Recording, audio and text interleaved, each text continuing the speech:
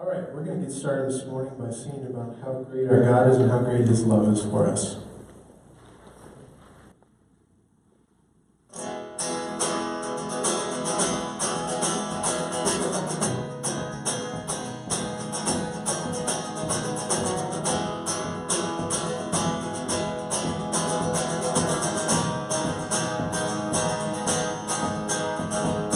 Nothing can tear us from the grip of His mighty love. We've only glimpsed His vast affection, heard whispers of His heart and passion, His pouring out. His love is deep, His love is wide, and it covers us. His love is fierce, His love is strong, and it's furious. His love is sweet, His love is wild, and it's waking hearts alive. Father loves and sends His Son. The Son lays down His life for all. God lavishes His love upon us. He calls us now His sons and daughters. He's reaching down. His love is deep, His love is wide, and it covers us. His love is fierce, His love is strong, and it's furious. His love is sweet, His love is wild, and it's waking hearts alive.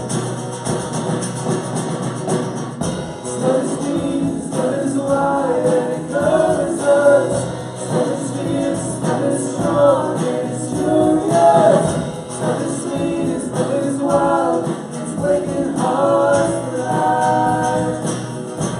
You're waking hearts to life. You're waking us to life with your love, with your love, with your love. His love is deep, His love is wide, and it covers us. His love is fierce, His love is strong, and it's furious. His love is sweet, His love is wild, it's waking hearts alive. His love is deep, His love is wide, and it covers us. His love is fierce, His love is strong, and it's furious. His love is sweet, His love is wild, it's waking hearts alive.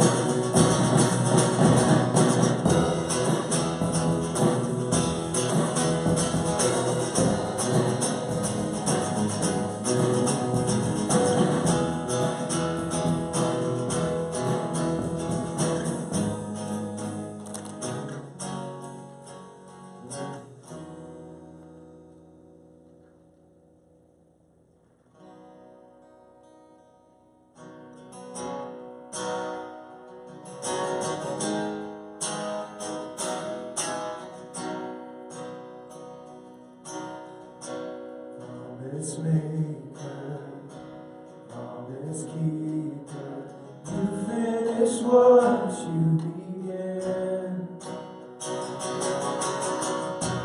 Our provision through the desert, you see it through to the end. You see it through to the end. Lord, our God is ever faithful, never changing through the ages. From this darkness, you will lead us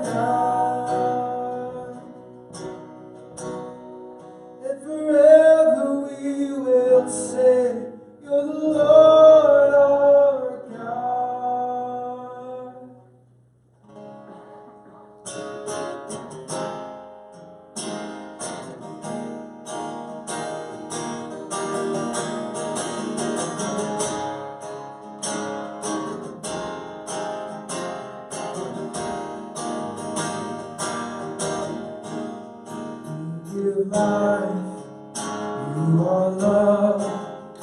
You bring light to the darkness. You give hope. You restore every heart that is broken. Great are you, Lord. It's your breath in our lungs, so we pour out our praise, pour out our praise. It's your breath in our lungs, so we pour out our praise to you only.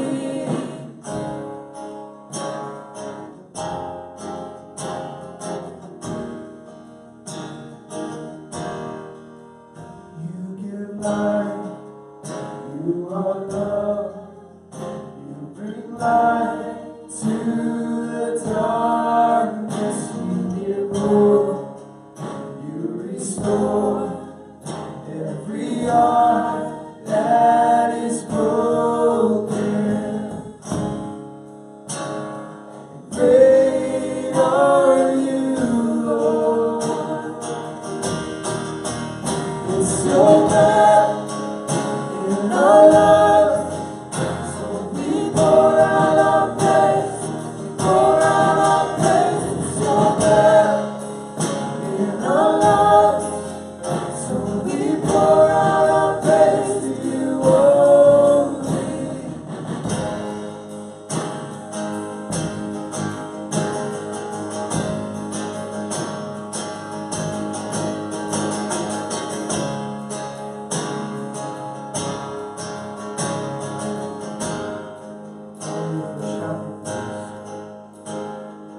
All the earth will shout your praise. Our hearts will cry. These bones will sing. Great are you, Lord. All the earth will shout your praise. Our hearts will cry. These bones will sing.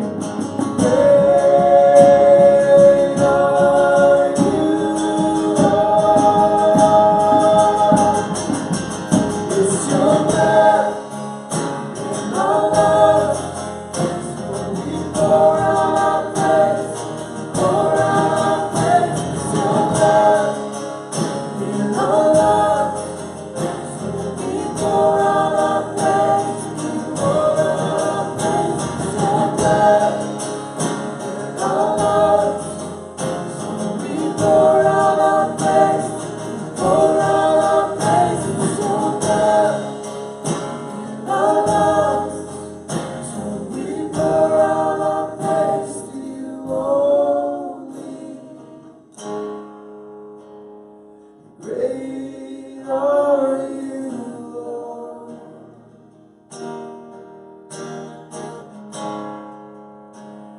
Yes, great are you, Lord.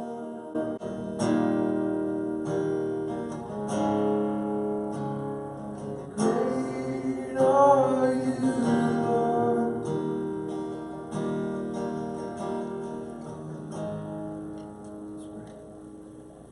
Dear God, you are great. You are mighty, you are powerful. You give life, you restore. And even when life is taken away, you restore it by resurrection. Because you did this in your Son, we have the hope that it will happen to us as well. So even if we turn to bone and ash, we know that the bones will come back to life and to bring praise to you again. And we thank you for that, God. We honor you and we praise you with our lives each and every day of the week, God. Not just on Sunday mornings, not just when it's difficult to get to our place of worship, but every day, God, I pray that we will honor you and we will worship you in the breath that is in our lungs. With our words and with our actions, we'll sing your praise and we'll glorify you. I pray this in your Son's name. Amen. You may be seated. I forgot to grab a bulletin. Don't be like me. I do have this sheet that has an announcement for the ladies' dinner. That is this Saturday. We're going to be having Chipotle-style burrito bowls. Text Hope to find out what you can bring, or if you can't bring in something, just come yourself. I might stop by.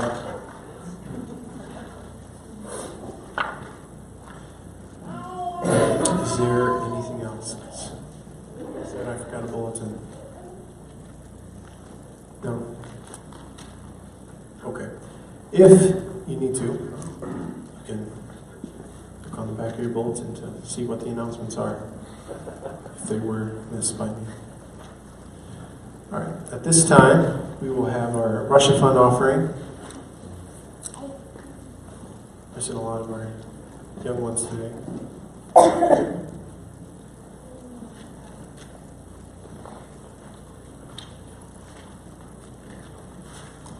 This time we'll take up our regular tithes and offerings.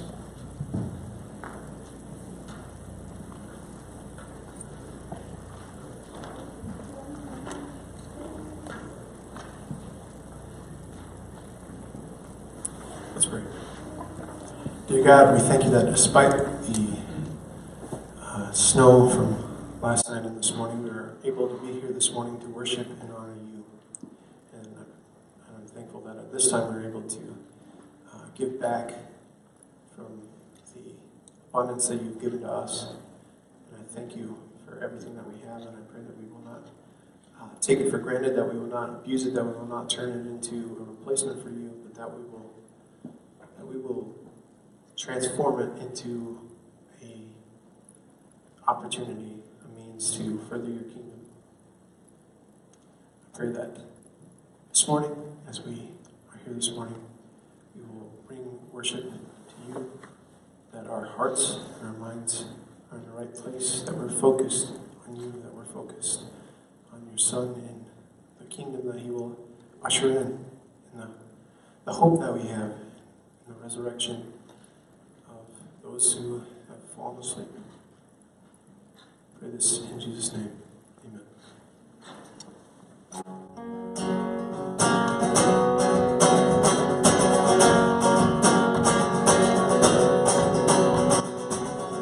Lifting up our voices to raise a joyous noise, a song of praise to you.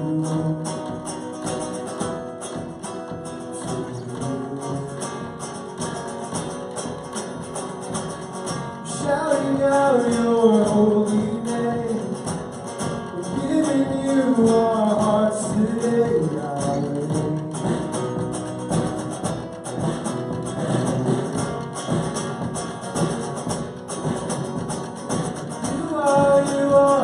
You are majesty, you have set us free. So we will sing, we will shout of your great love, of your great love. Seeking out those who thirst and pray, sharing that you alone can save. That's our name. Looking out for the poor and lost, showing them your love, showing them the cross.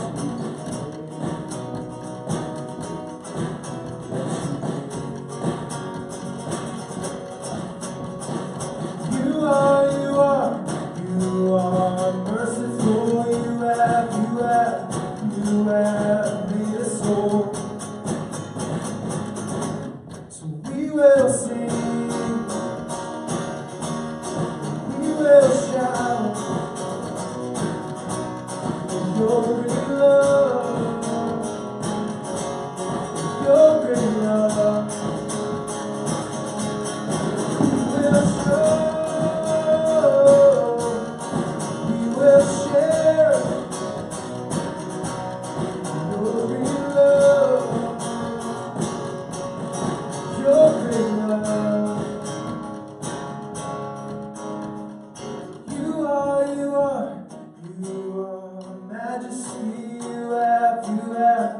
You have set us free. You are merciful. You have made us whole. So we will sing, we will shout your great love, your great love. We will show, we will share your great love, your great love.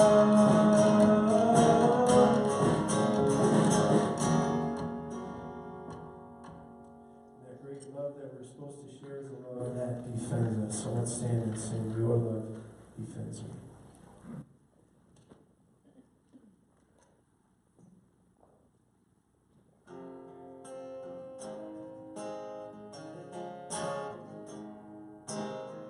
You are my joy, you are my song, you are the well, the one I'm drawing from.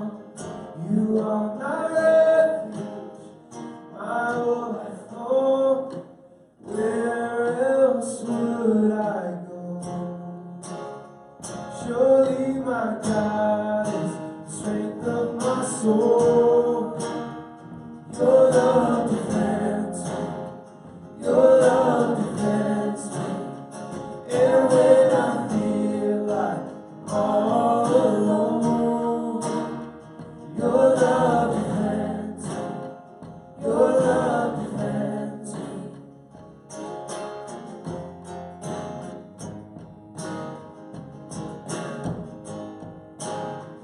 Day after day, night after night, I will remember you're with me in this fight.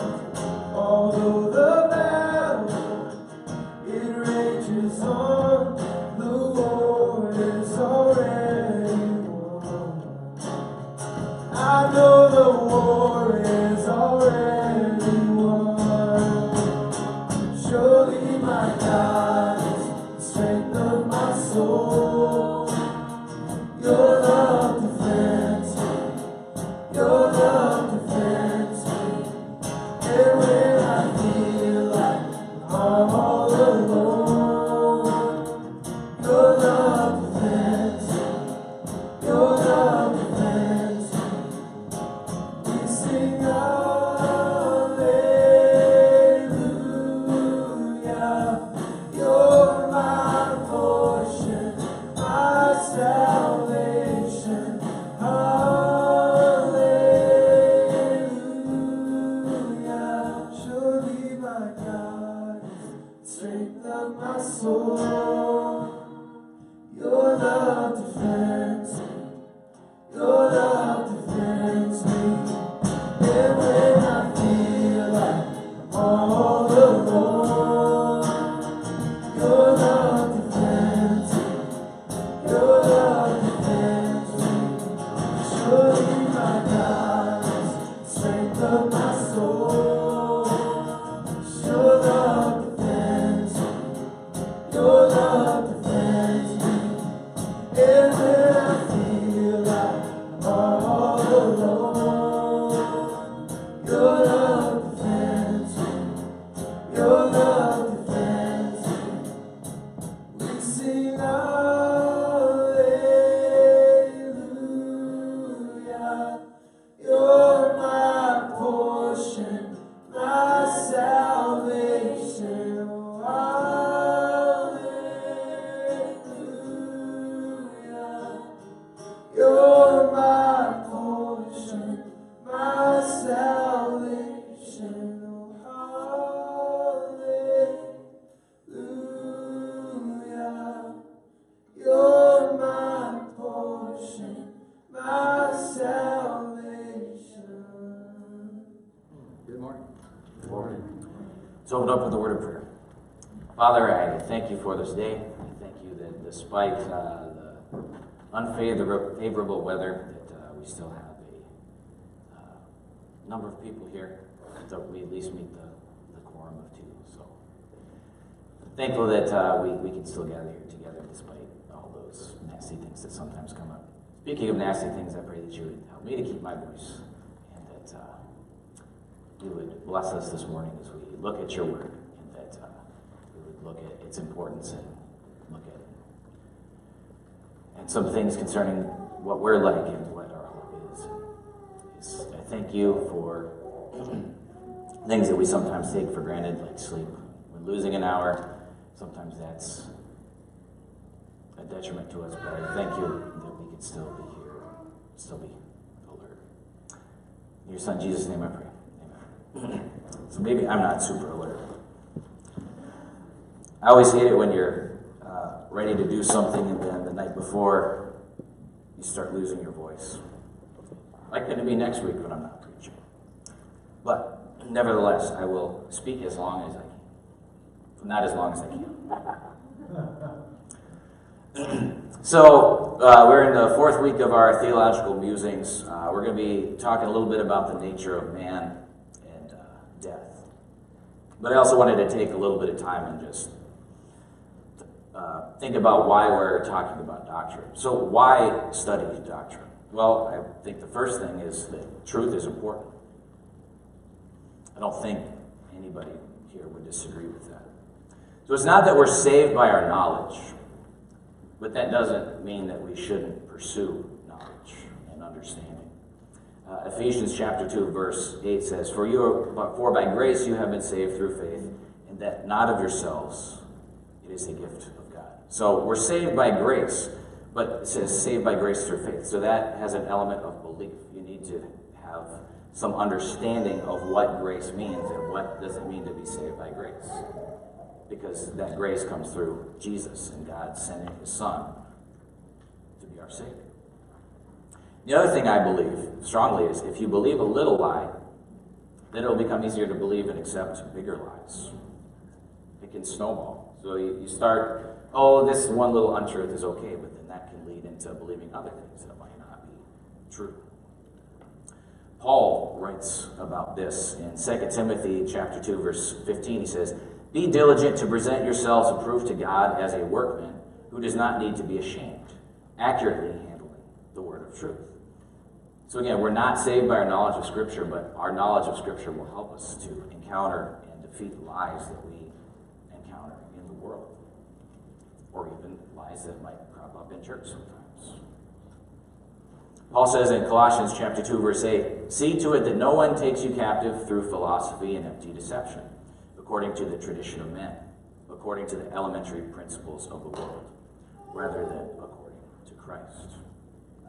So Paul sees clearly that there are some other ideas running around in the world that are contrary to Christ. And so he's telling us, and telling those that he was talking to, make sure that these philosophies and ideas, this deception, according to what men can make up, is not taking you captive.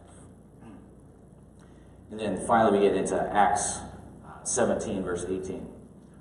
It says, And also some of the Epicurean and Stoic philosophers were conversing with him. Some were saying, What would this idle babbler wish to say? Others said, He seems to be a proclaimer of strange deities, because he was preaching Jesus and the resurrection. So Paul's preaching the resurrection, he's preaching Jesus, and they're not sure why there would be a need for a resurrection, because in Greek philosophy, there's this idea of the soul as being something that would depart your body. It's being something that's separate from the flesh. If we look into Greek philosophy, there's some of the better known philosophers are Socrates and Plato. Plato in his writing, Phaedo, not like the dog, P-H-I-D-O, is just kind of talking about this idea of the immortal soul or the disembodied soul. So Greek philosophy is one of those places where we can see some of that philosophy coming in, and later on it gets mixed in with the church. One of the things I was reading talked about all the church fathers up through like Augustine had, maybe not all of them, but a lot of them had some influence of this Greek philosophy.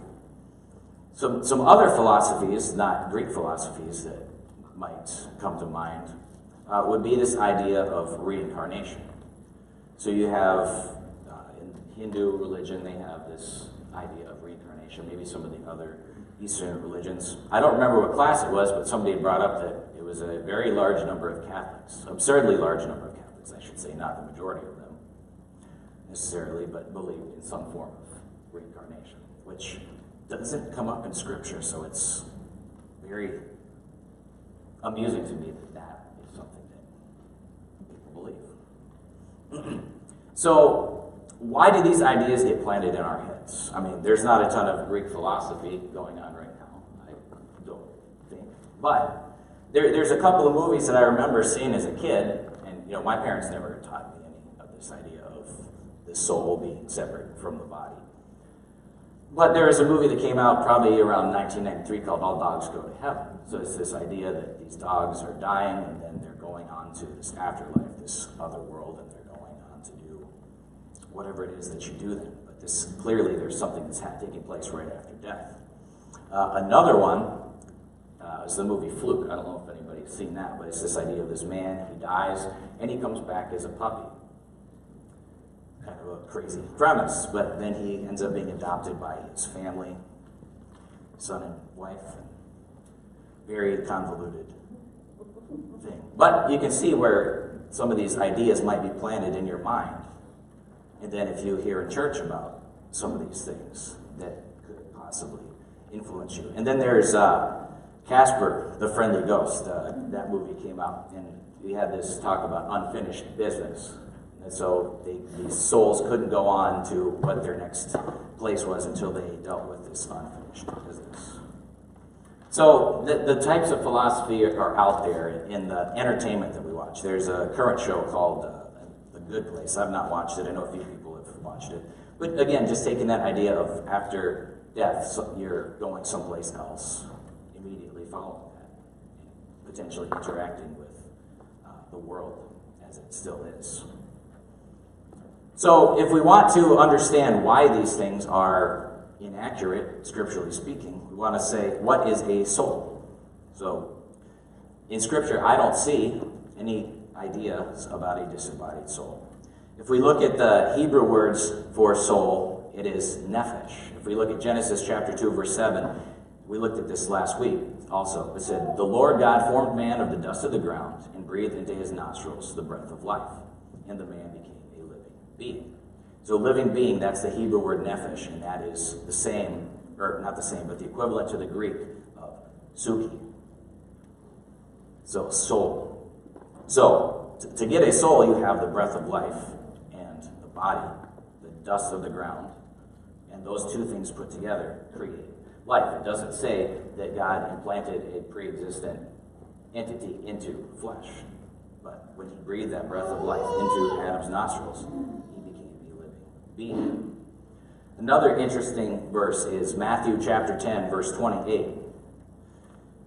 Jesus says, "Do not fear those who kill the body," and the Greek word for body is soma, "but are unable to kill the soul, but rather fear him who is able to destroy both soul and body in hell." So that verse on the surface would maybe indicate there's two things, but what I see when I read that is, don't fear the person that can just destroy your body, because they can't do anything to affect your salvation and your ability to live in the age to come in the kingdom when God sends his son back. But fear him who can destroy both this body and your capacity for life in itself, who can destroy your ability to take part in that life in the age to come. So then what is death? Some would equate it to sleep. We hear Martin Luther, he talked about soul sleep. William Tyndale was another church figure that talked about this idea of soul sleep.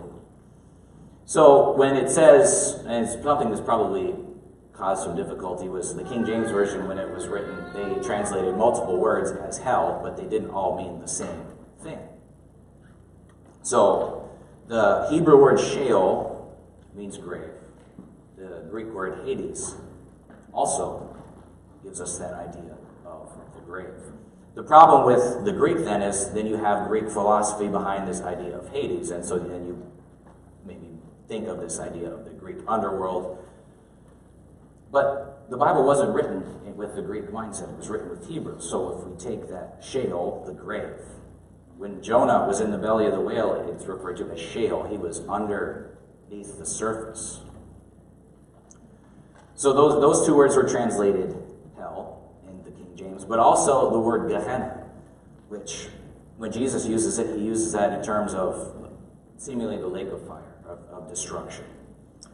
But it has its roots in, that word has its roots in a historical place, possibly called the Valley of Hinnom. Now, what I had always heard was this talk about this being like a landfill that was on fire and people would bring their trash there and burn it. This seems to be something that has come up, maybe embellished on in the rabbinical tradition. They have not found a archaeological site, which doesn't mean that it wasn't a place where this happened.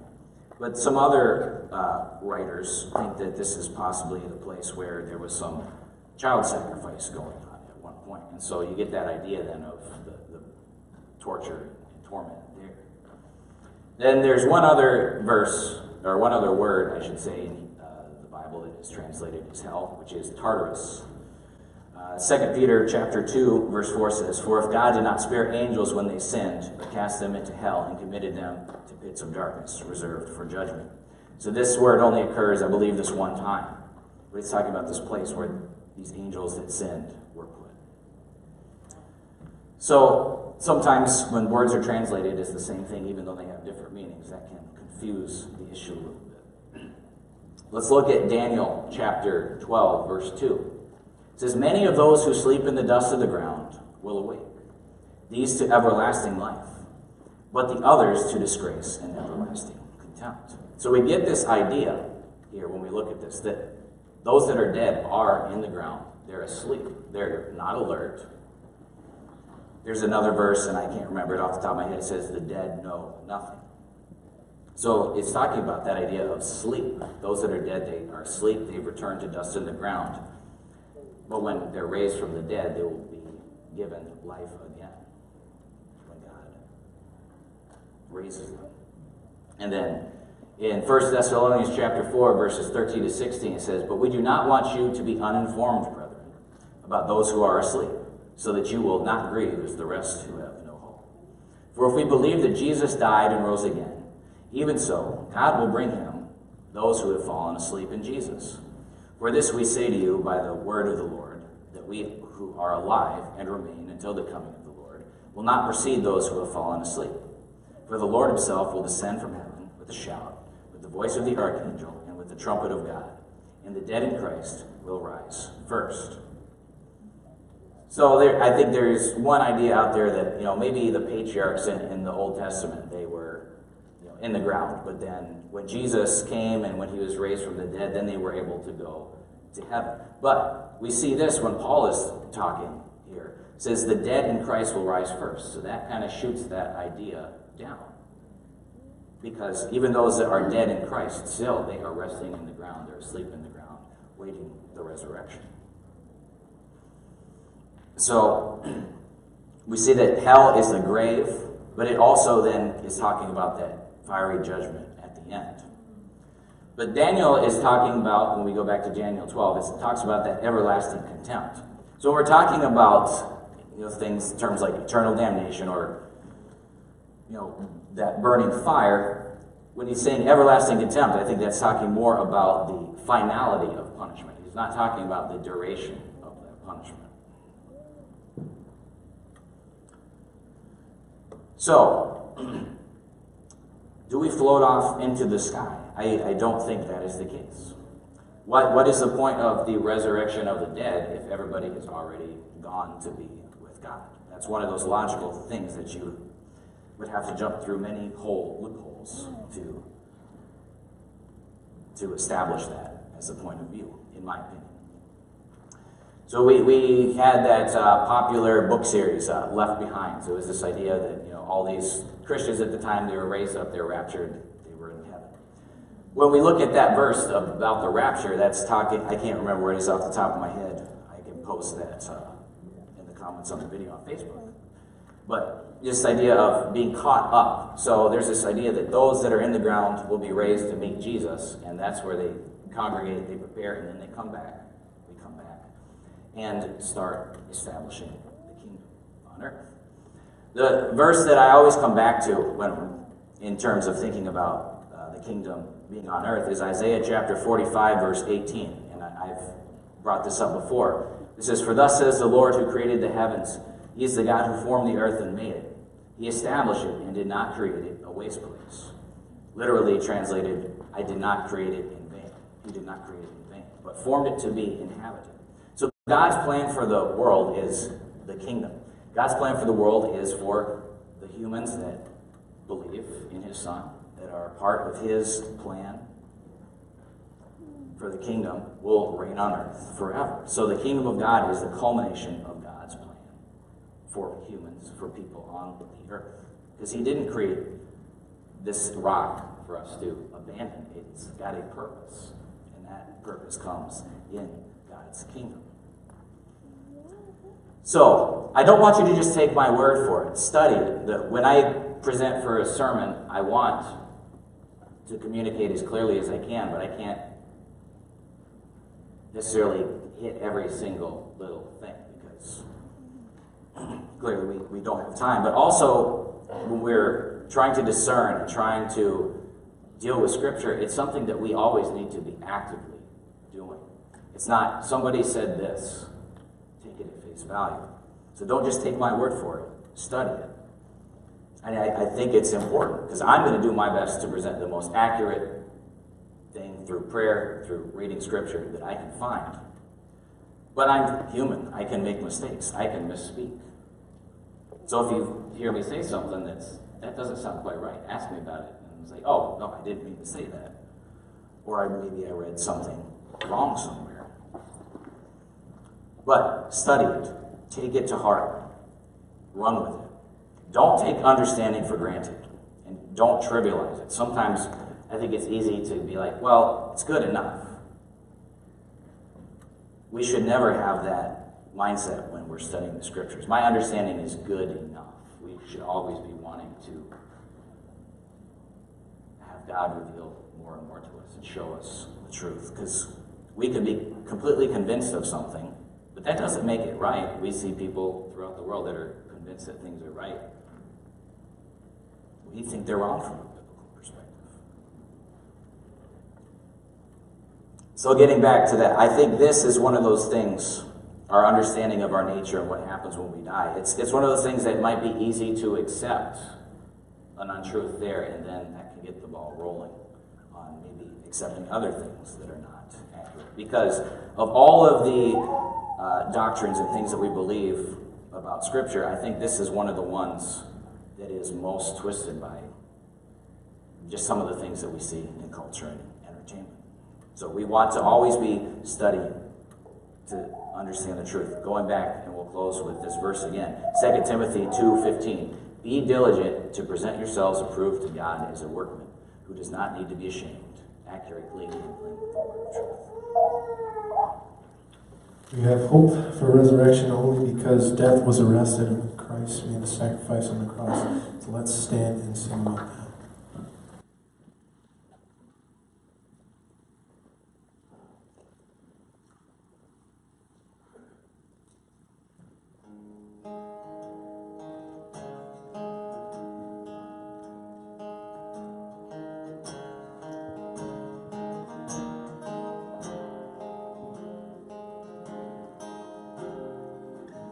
My sorrow and dead in my sin,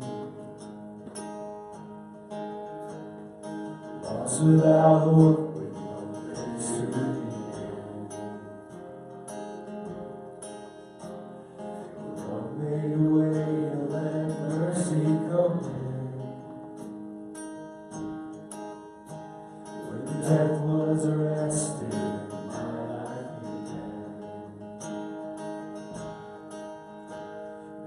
ash was redeemed, only beauty remains.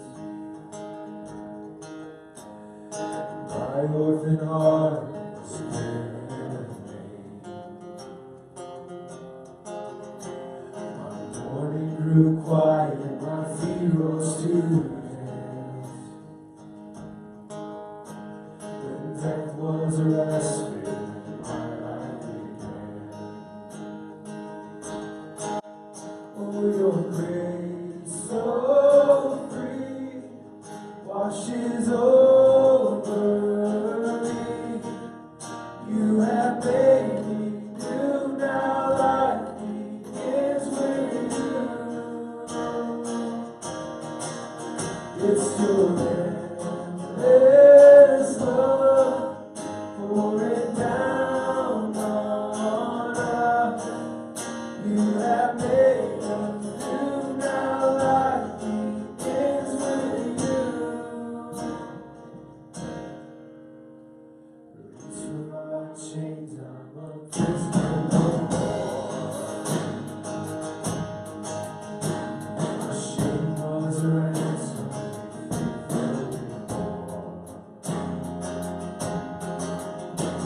Cancel my debt, you called me as friend. When death was arrested and my life began. Oh, your grace so free washes over me. You have made me new, now life begins with you. It's your endless love pouring down on us.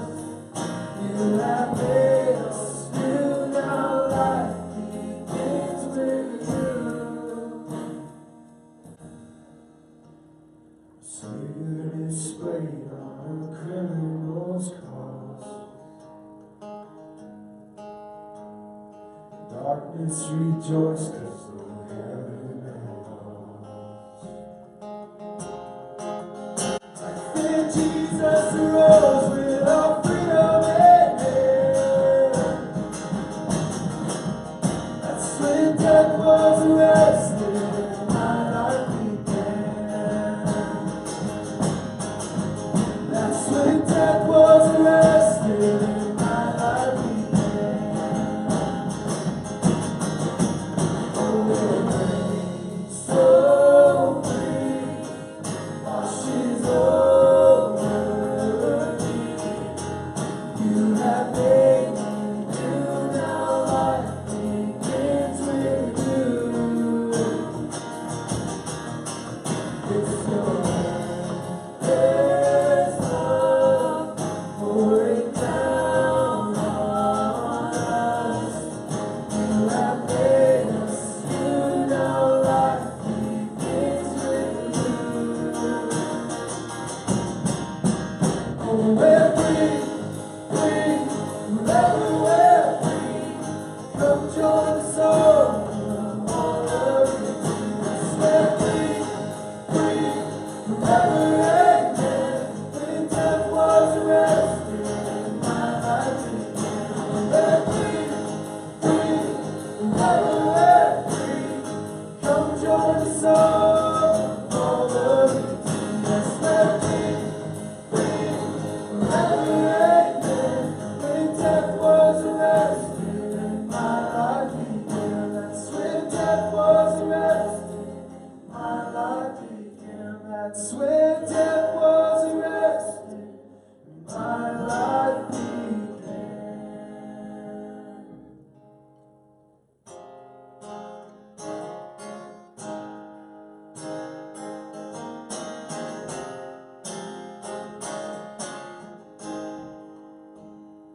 I believe in the Son.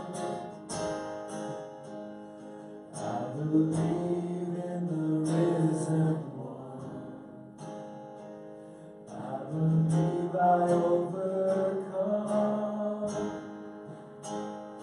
by the power of His blood. Amen. Amen. I'm alive because He lives.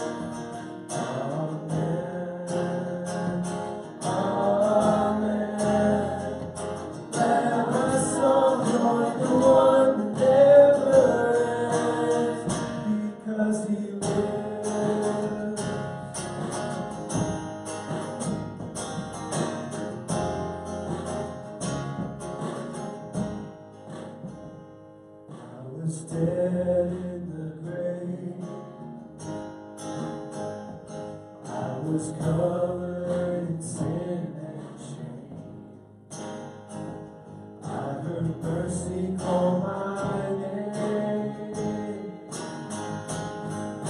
He rolled the stone away. Amen. Amen. I'm alive because He lives. Amen. Amen. Let my soul join the one who never ends. Because He lives, I can face tomorrow. Because He lives, every fear is gone. I know He holds my life, my future in His hands. Amen. Amen. I'm alive because He lives. Amen. Amen. Let my soul join the one who never ends. Amen. Amen. I'm alive because He lives. Amen. Amen. Let my soul join the one who never ends. Because He lives. Because He lives.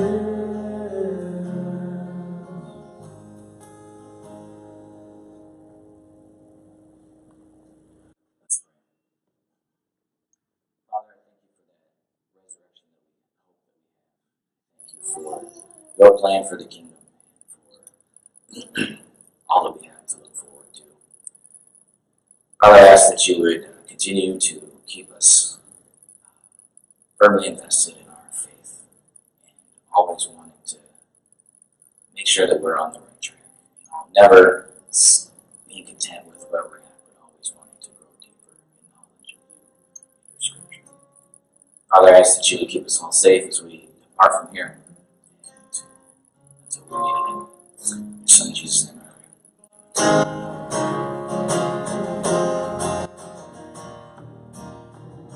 Because He lives, I can face tomorrow.